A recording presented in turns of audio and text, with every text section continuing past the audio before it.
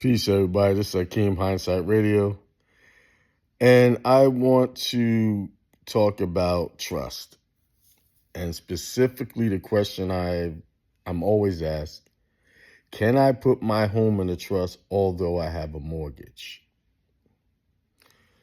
And the short answer is yes, you can, but there are specific requirements to it, right?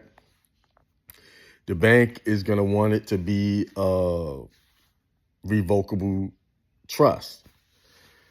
And the term they'll use is inter vivos trust, which is basically a living trust. And they're going to want the person responsible for the mortgage to be the beneficiary. Those are the specific requirements. So you can put your home in a trust, but it must be revocable, and the beneficiary must be the person responsible for the mortgage. Okay? Why do they want that? So basically, in summary, this is how they put it, right? There's some things here. Banks typically want the grantor of a revocable trust to also be the beneficiary, especially when the grantor is responsible for the mortgage on real property held in trust for the following key reason: preservation of financial liability. When the grantor remains the beneficiary, they retain equitable ownership, use of the property, ensuring that the person responsible for the mortgage also benefits from the asset. In short, they want to be able to come after that person responsible for the mortgage. So that's why they want it revocable. You see, irrevocable, they can't do that because that's another person who owns the property, and they can't do that. So they need to be able to have a way in to come after that person responsible for the mortgage.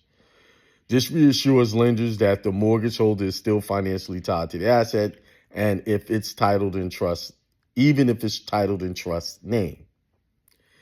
Minimize risk to lender if someone other than the grantor were the sole beneficiary. It could appear as if the grantor has transferred their beneficial interest, which could raise questions about their intent to relinquish ownership, whether this is an attempt to shield assets from creditors, including the bank, whether the property might be used in a way inconsistent with the mortgage terms.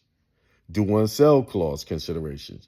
Many mortgages contain a due on sale clause, which allows the lender to demand full repayment if the property is transferred to another party, like an irrevocable trust.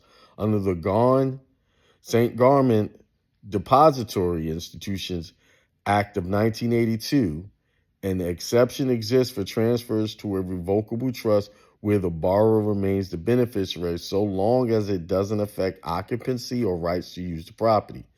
If the grantor is not a beneficiary, this protection may be lost, triggering a due on sale clause.